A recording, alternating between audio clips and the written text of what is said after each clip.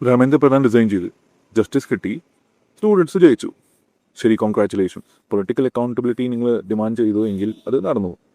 പക്ഷേ ഒരു ചോദ്യമുണ്ട്, പേപ്പർ ലീക്ക് ഉണ്ടാക്കിയ സിസ്റ്റം നമ്മൾ ശരിക്കും മാറ്റിയോ അതോ ഒരു മിനിസ്റ്ററിനെ മാത്രമാണ് മാറ്റിയത്? എല്ലാ പേപ്പർ ലീക്ക് കഴിഞ്ഞാലും നമ്മൾ മിനിസ്റ്ററിനെ കുറിച്ചാണ് സംസാരിക്കുന്നത്. പക്ഷേ പേപ്പർ ലീക്ക് എന്തുകൊണ്ട് റിപ്പീറ്റ് ആവുന്നത് എന്ന് ആരെങ്കിലും ചോദിക്കുന്നു. ആൻസർ കറപ്ഷൻ മാത്രമല്ല, എക്കണോമിക്സ് ആണ്. 2014 ഇന്ത്യയിൽ MBBS സീറ്റ് ഉണ്ടായിരുന്നത് ഏകദേശം 51,000. ഇന്ന് അത് 1.37 lakhs കൂടുതലാണ്. മെഡിക്കൽ കോളേജസും 387 നിന്ന് 840+ ആയി വളർന്നു. ഇത് പ്രോഗ്രസ് ആണ്, അത് ഡിനൈ ചെയ്യാൻ പറ്റില്ല.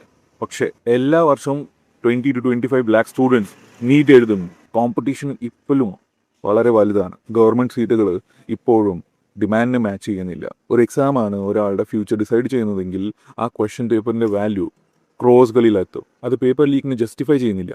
പക്ഷേ എന്തുകൊണ്ട് ക്രിമിനൽ നെറ്റ്വർക്കുകൾ ഇതിന് വേണ്ടി റിസ്ക് എടുക്കുന്നു എന്ന് എക്സ്പ്ലെയിൻ ചെയ്യുന്നു. ഇനി അടുത്ത ചോദ്യം, റെസ്പോൺസിബിലിറ്റി മിനിസ്റ്ററിൻ്റെ മാത്രമാണോ? മിനിസ്റ്റർ റിസൈൻ ചെയ്യും, ഗവൺമെൻറ് മാറാം. പക്ഷേ എക്സാം കണ്ടക്ട് ചെയ്യുന്ന പെർമനൻറ്റ് അഡ്മിനിസ്ട്രേറ്റീവ് മെഷീനറി മാറുന്നില്ലല്ലോ. എഡ്യൂക്കേഷൻ മിനിസ്ട്രിയിലും NTA ഡിപ്പാർട്ട്മെൻറ്റിലും ഇരിക്കുന്ന senior bureaucrats, IAS officer, secretaries, അവരുടെ അക്കൗണ്ടബിലിറ്റി എന്താണ്? ഇതാണ് ഏറ്റവും വലിയ ചാലഞ്ച്. IAS ഓഫീസറിനെ ഒരു ദിവസം കൊണ്ട് ഡിസ്മിസ് ചെയ്യാനും പറ്റില്ല. സർവീസ് റൂൾസ് ഉണ്ട്, എൻക്വയറി വേണം, മിസ്കണ്ടക്ട് പ്രൂവ് ചെയ്യാൻ. അതുകൊണ്ട് പലപ്പോഴും നടക്കുന്ന ട്രാൻസ്ഫേഴ്സ്, ഡിപ്പാർട്ട്മെന്റ് മാറ്ററി, അത്രേ ഉള്ളൂ. സ്ട്രിക്ട് ഡിസിപ്ലിനറി ആക്ഷൻസ് വളരെ റെയറാണ്. അപ്പോൾ സിസ്റ്റം ഫെയിൽ ആയാൽ പൊളിറ്റീഷ്യൻ മാത്രം റിസൈൻ ചെയ്താൽ മതി.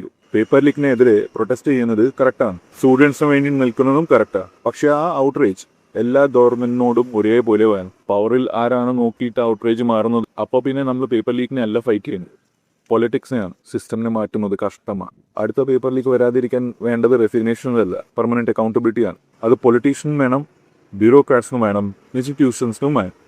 അല്ലെങ്കിൽ അടുത്ത വർഷം ഹെഡ്ലൈൻസ് മാത്രം മാറും, പ്രോബ്ലംസ് അതേ തന്നെ ആയിരിക്കും. Hope it resonates. Bye for now.